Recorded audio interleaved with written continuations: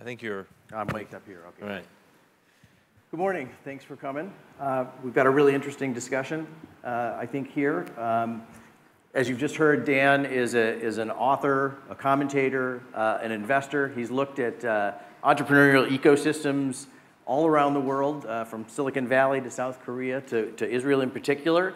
So we can talk about some of the particular experiences that Israel's had in growing that ecosystem, but he's also well-versed in a lot of other places and can compare, as well as the Arab world. He's done quite a bit of work out here. So we'll have a little talk, I think, to start it off, and then I'll probably kick it out to questions pretty early. So start thinking of your questions now, and we might as well just get it underway. Sounds great. So you've looked at these ecosystems all over the world. Just rattle off the 3-4 things that are sort of critical building blocks to get started. Sure. Well, obviously, it goes without saying, you want a huge market, which is part of why I'm so interested in this part of the world, part of why this conference is so exciting. I mean, just look at the internet alone, which I know this conference has been focusing a lot on. If you look at the ratio, the content to user ratio, so meaning the number of content websites in any particular language relative to the number of users. The number in the United States, for instance, is a 1-to-3 ratio, content to users. In the Arab world, the ratio is 1-to-300.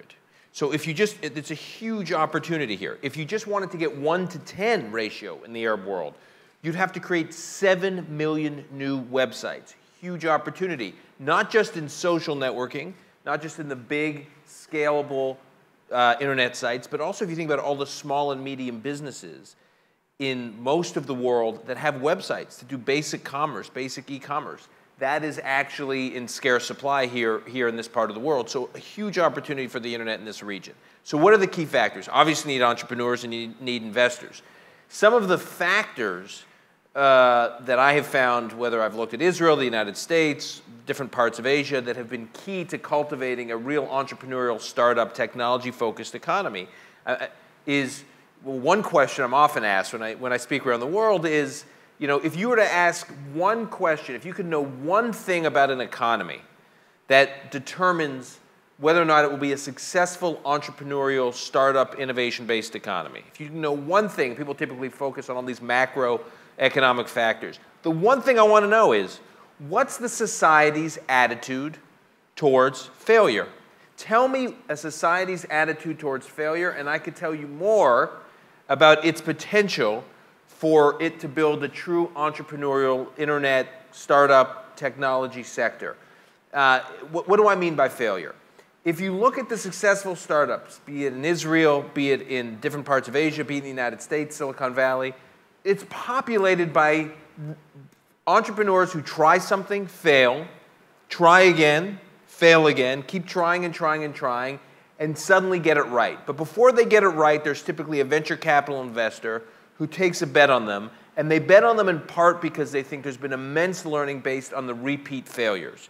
So when I interview venture capitalists in Israel, for instance, when they are interviewing entrepreneurs who are pitching them on a startup, the questions that the VCs in Israel are focused on are not tell me about your successes, it's tell me about your failures and what you've learned. And in parts of the world that I've looked at, unfortunately, take Korea, you mentioned Korea, there is a social stigma, immense stigma associated with failure that makes the cost of trying again so high. In the 1990s, you had the technology and telecom boom globally. Korea, I know a lot of Korean entrepreneurs who tried to build companies. Companies failed when the bubble burst. They immediately went, not to build another startup, but they went to big mothership companies, Samsung, Hyundai, I can come up with others. And they never tried another startup again. And that is an unbelievable missed opportunity. Two things I wanted to ask specifically about when you start to put this together, and in Israel, when they started to get the pieces working together, talk about the role of two things that I think are somewhat similar in the two economies. One is the role of the government. Both places, I think in the Arab world and Israel, you had a pretty strong government, and the government plays a fairly strong role in the economy. And also family companies play a huge role. In putting all those pieces together and getting this started, talk about how that worked there and the role those two particularly big forces played. Sure. So, look, there was a recognition in Israel that they had tremendous technology talent, tremendous R&D capabilities. What they lacked was a real understanding of how to build companies, a real understanding of how to assess risk, a real expertise in things like marketing and business development and management. And they came to the conclusion, mostly it came out of the Israeli chief scientist's office. In our book, in Startup Nation, we talk about some of the key players in the Israeli chief scientist's office, this guy Yigal Erlich and some others, who recognized that what was truly scarce in Israel was not just venture capital, but the entire community that's associated with a thriving venture capital scene. So it's not just the money, it's not just the check writing, but is actually having people, when they deploy the check, they're there. They join the board of the company. They stand shoulder to shoulder with the entrepreneur and they help them build that company. They help establish networks for them so they can do M&A and business development and expand globally. And then they have capital set aside to do follow-on capital. So when the company goes through a rough patch, or it needs to grow, or it needs growth equity, they're there for the second check and the third check years later. They lacked that venture capital industry, and you can't make it it doesn't come out of thin air. You have to develop it. So what the Israeli Chief Scientist's Office did is they set up a program called the Yosma program. We have a chapter in our book called, all about the Yosma program. And what the Yosma program did was it went out to experienced venture capitalists around the world, predominantly in the United States, and they said, we don't want you to just invest in Israeli technology companies. That's not enough. We want you to come form partnerships with budding Israeli venture capital firms, and we want you to teach them how to do what you do. So we will put up capital for you, the US experienced venture capital firm, to form a partnership with the Israeli, the new entrant, the budding Israeli venture capital firm, form a partnership. We will give money it was started as a 1.5 to $1 ratio. It ultimately became 2 to 1 because there was so much demand. So when it started, we'll put in $12 million, say, for your partnership, and you, the foreign investor and the Israeli investor come up with the $8 million. Together, you have some $20 million. Deploy it. Invest it in Israeli companies. Build companies together. If the companies take off like wildfire, we, the Israeli government, will maintain a 40% equity stake in your partnership that you can buy out. So if you have gangbuster returns, you can buy out our equity treat it like a loan, or basically transition into a loan. And you just pay it back plus a little bit of interest. If the investments go badly, we wipe it out to zero. You don't owe us anything. So they basically let the foreign investors partnering with the Israelis keep most of the upside and protect their downside risk. This program started in the 1990s. People were lining up around the door. Between the early 1990s, just consider this, early 1990s, there was no venture capital industry in Israel. I mean nothing, zero.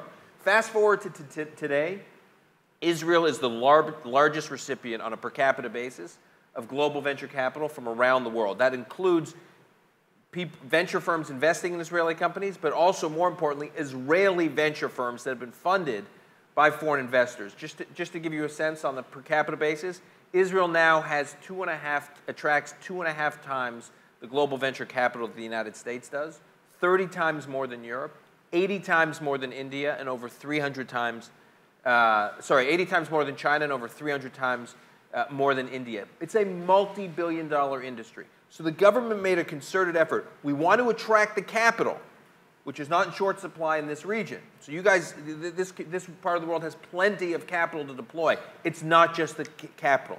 It's the mentoring and the expertise and the commitment to standing shoulder to shoulder with the entrepreneurs as they build their companies that goes along with the capital that is indispensable. And were the family firms there that are pretty large, were they helpful to this process, hindrance to this process? What role did they play? I would actually say, to be blunt, they were irrelevant at best. And in some cases an obstacle. In the Israeli economy, the tech economy is populated almost overwhelmingly by new entrants, young entrepreneurs who are just trying to build startups over and over and over. They don't come from family wealth, they don't come from multi-generational family-owned businesses. The non-tech economy we argue in our book, the non-tech economy in Israel is over-regulated, over-concentrated. About 15 families, 15 conglomerates, basically run the non-tech economy. And why do you think they sat it out? I think that two factors. One, so much of their success, these multi-generational big family conglomerates, so much of their success has been a result of to be candid here, the cronyism that comes from being extremely close to the government. They basically were able to build monopolies to keep other entrants out and to keep foreign competition out. And the tech entrepreneurs in Israel say, we don't want anything to do with the government. Government, get out of our way. Don't bother us. Don't pay attention to us. This Yosma program was great towards sparking the venture capital industry, but the government didn't meddle in what was happening in the venture capital. They're sort of able to get this sort of young economy growing underneath the what do you call it, the foliage above. Well, it's interesting, yes, and I would say, having looked at government programs related to starting a venture industry, looking at the ones that have worked and not worked around the world, Ireland, by the way, launched a $500 million innovation fund modeled after the Yosma program. So for 40 years, Ireland had no relations with Israel, but they learned about the Yosma program, and they literally modeled an Irish-based program right off the Yosma fund to spark the venture capital industry in Ireland. And I will tell you that the family-owned companies, the big conglomerates, have really been not part of the story anywhere I've seen it. Huh. I'm going to throw it out to I'm going to ask one more question, and then I'm going to throw it out to questions to you guys. So while he's answering the next question, raise your hand. We got microphones. They'll bring them to you, and then there's one here.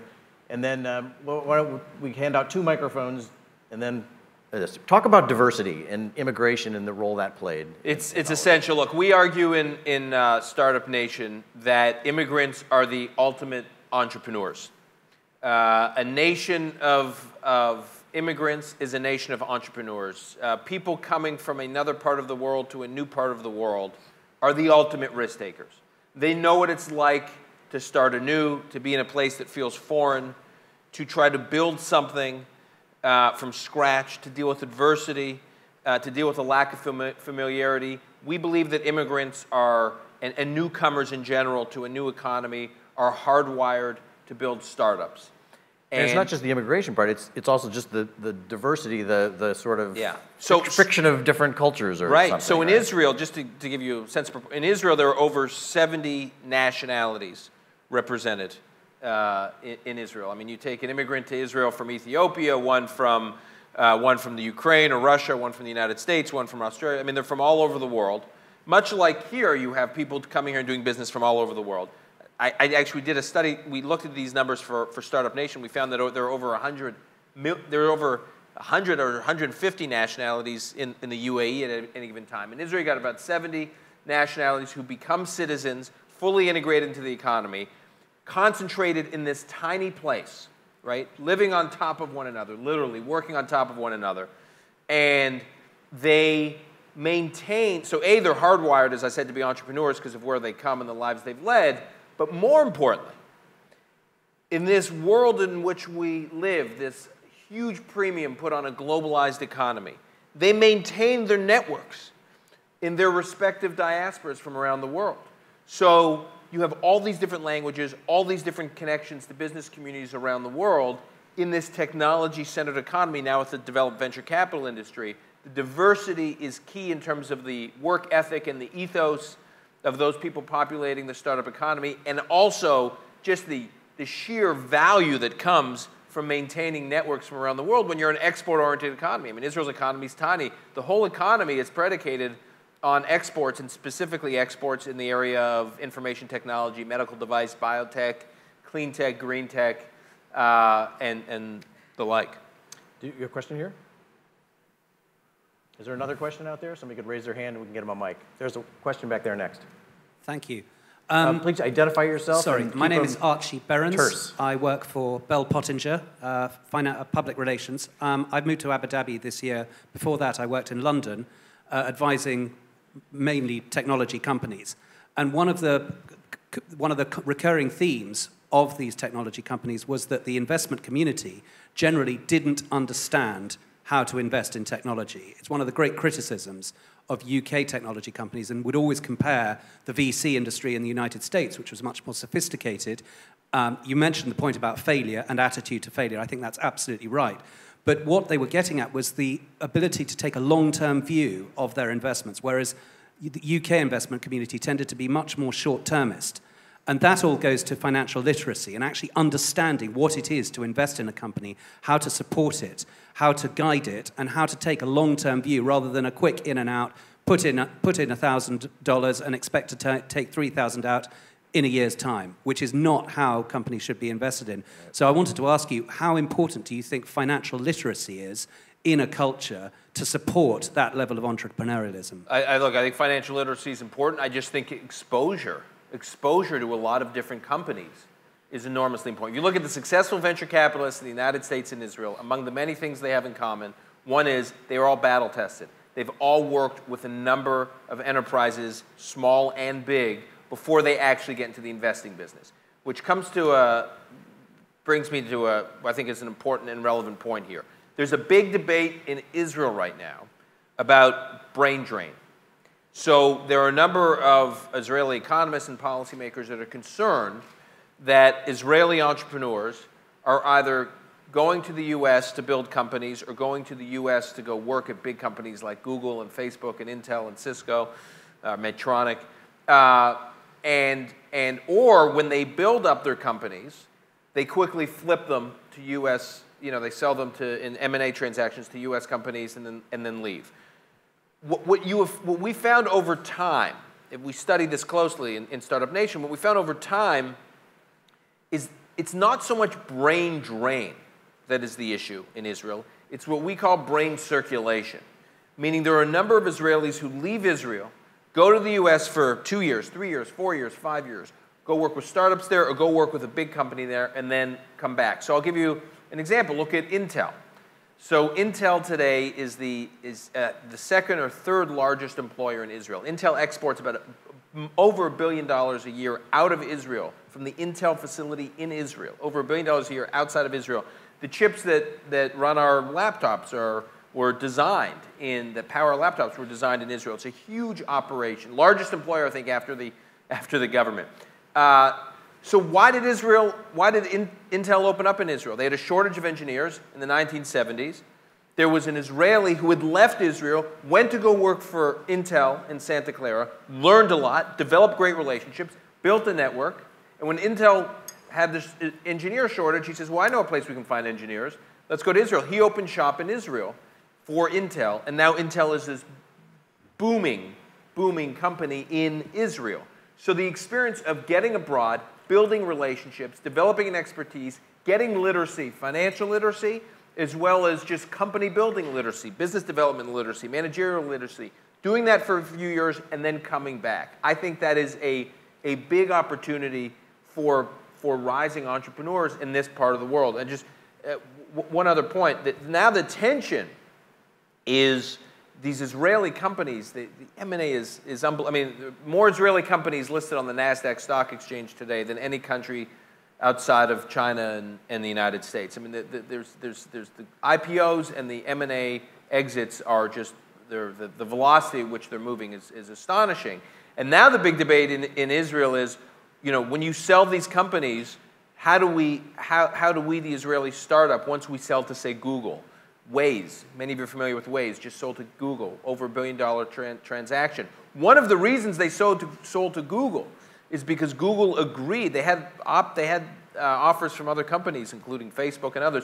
One of the reasons they cut the deal with Google, the price tag was not unattractive, obviously, but so was the opportunity to keep a big chunk of the company in Israel.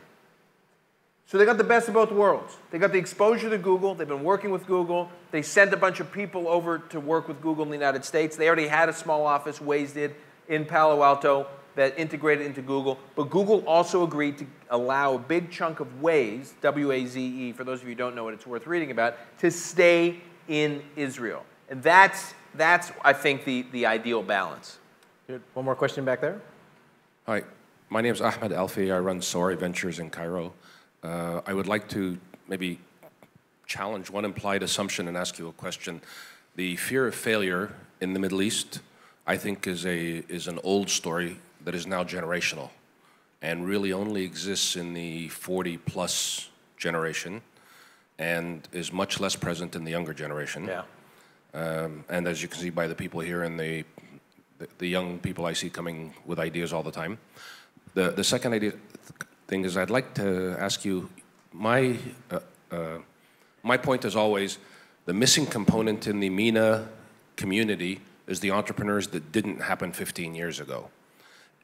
The ones that did not happen 15 years ago, because we didn't have that generation 15 years ago. Can you comment on the Israeli experience and how that first generation feeds and really becomes the support for the second generation or for the ones that are happening now? You mean the generation that The 90s, the early 90s generation of entrepreneurs and what their contribution is to the ecosystem today. Sort of how they nurtured that second generation. Yeah, right? yeah. It's a great question. So, Erel Margalit, who was a very successful Israeli entrepreneur and then became a very successful venture capitalist, multi-billion-dollar fund in Israel. He describes, so he was one of the Yosma funds. So his fund, he helped get the Yosma program off the ground, and his fund was one of the first Yosma funds. And he argues that his generation, early 90s, is when early to mid 90s is when he really sort of took off. He says he calls his generation the farmers of high tech. The farmers of high tech. What does he mean by that? If you look at the early development community in Israel, 1940s, 1950s, it was 1960s, 1970s. It was a sleepy backwater economy. It was mostly an agriculture economy. And they were farmers. They were going to build and farm and build the country that way.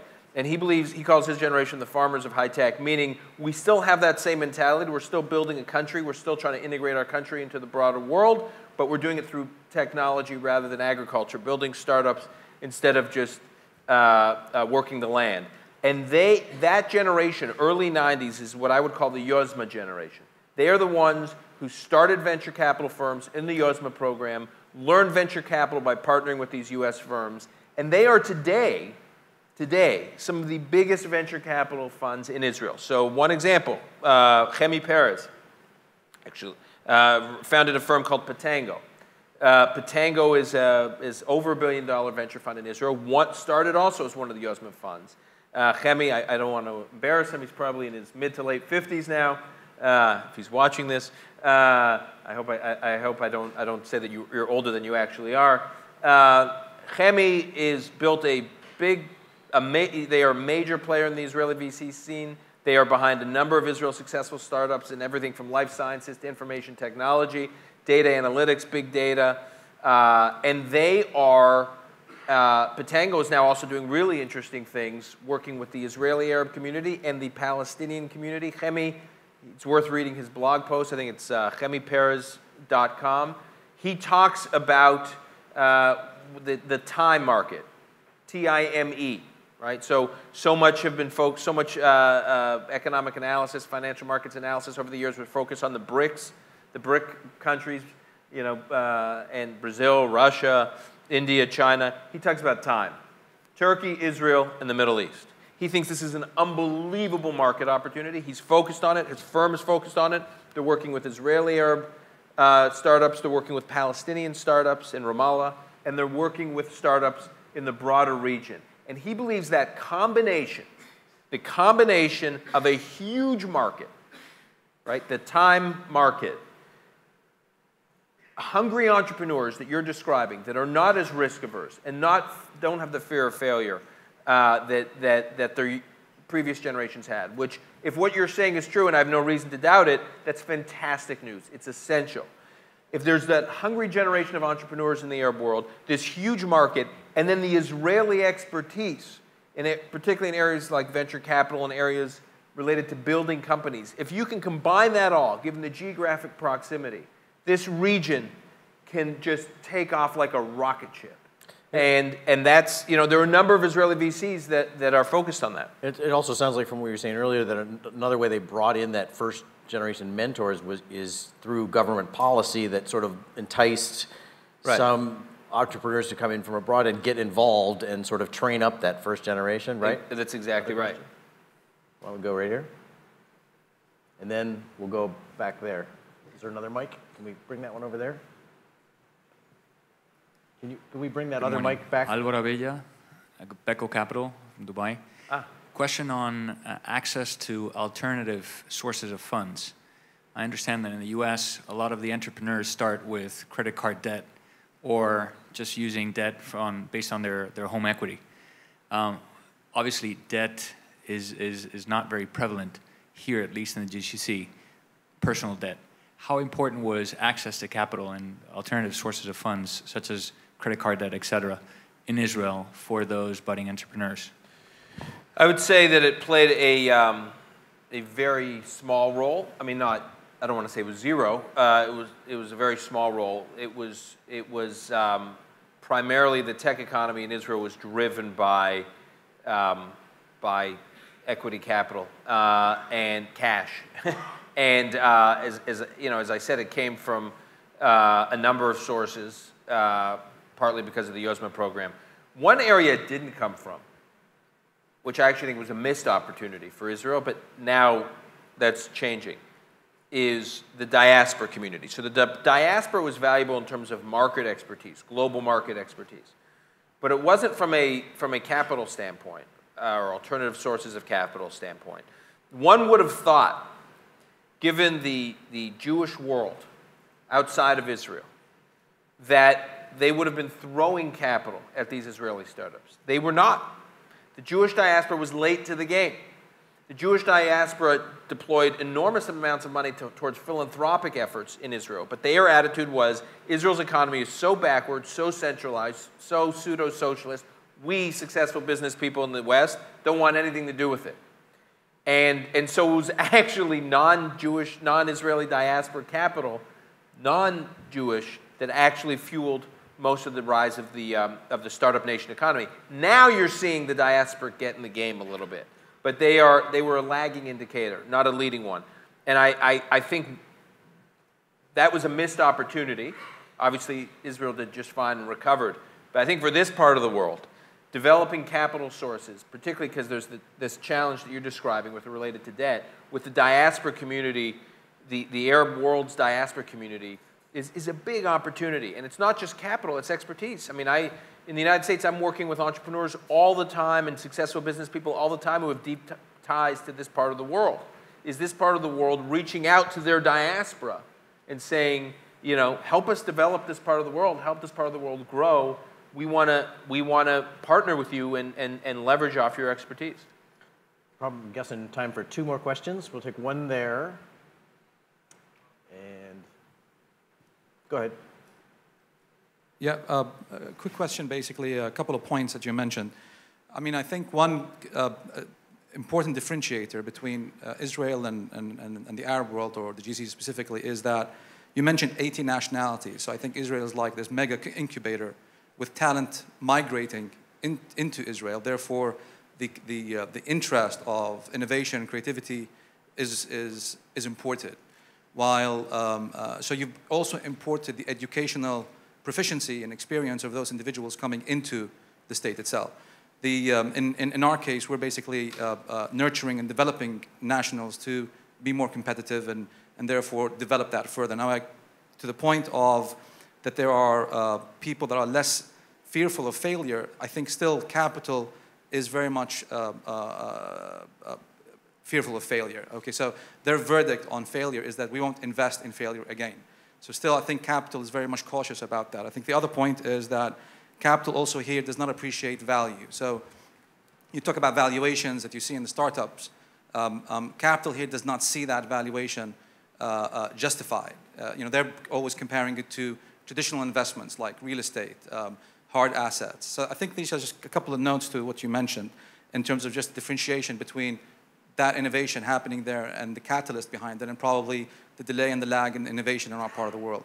But I wanted to ask you a specific question. From your experience, have you seen any correlation between fiscal expenditure? I mean, we have a boom in fiscal expenditure happening in our part of the world, and that being in itself a catalyst for innovation, and how that can be leveraged as such.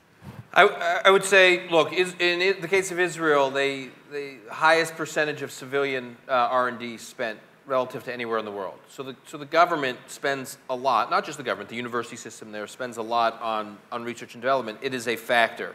But it is far less of a factor than some of these other factors I've described, the role of immigration, the role of the economic cluster, the role of the Yosma program, the attitude towards failure.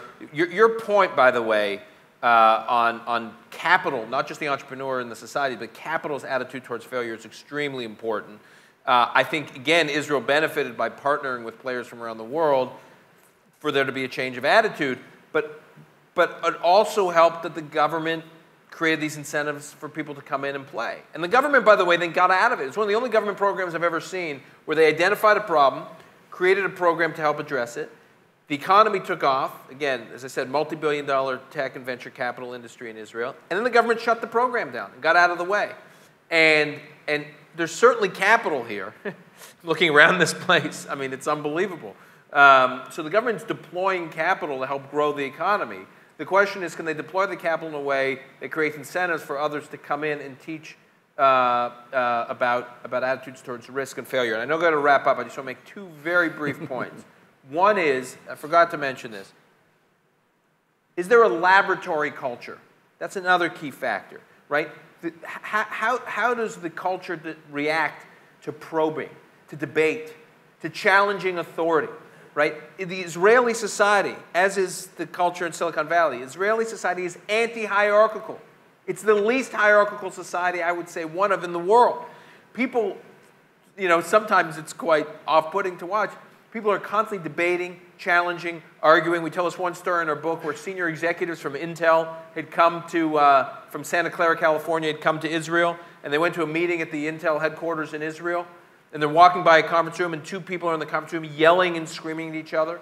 One of them emerges from the conference room, and the Intel executive says, "Is everything okay? Is everything okay?" And the Israeli wrapped up and said, "Oh, yeah, we just finished up a very productive meeting." They are constantly arguing. They're constantly debating. Our book, Startup Nation, all right, just to give you a sense of proportion here, it's in 25 languages. It's in 20 countries, okay, thankfully. You know, it's been a bestseller in China and India and the Portuguese edition in Brazil. It has been well reviewed in almost every country in the world, with one exception, Israel. Our most fiercest reviews came from Haaretz in Israel, and their criticism of Startup Nation was it was too pro-Israel. So just to give you a sense, the culture there is so self-critical, right? Shimon Peres, when we interviewed him, said, he had this fantastic line. He says that the nature of history of the Jewish or the Israeli condition is one of dissatisfaction, constant dissatisfaction. He goes, it's terrible for politics. It's terrible for government. It's fantastic for business. This constant sense of dissatisfaction, never taking yes for an answer, constantly challenging people who work for you or whom you work for, right there, is important. Got to cut it. That's great. So we'll end it there. I'm sure Dan's more than willing to continue the conversation afterwards. Thanks. Thanks a lot.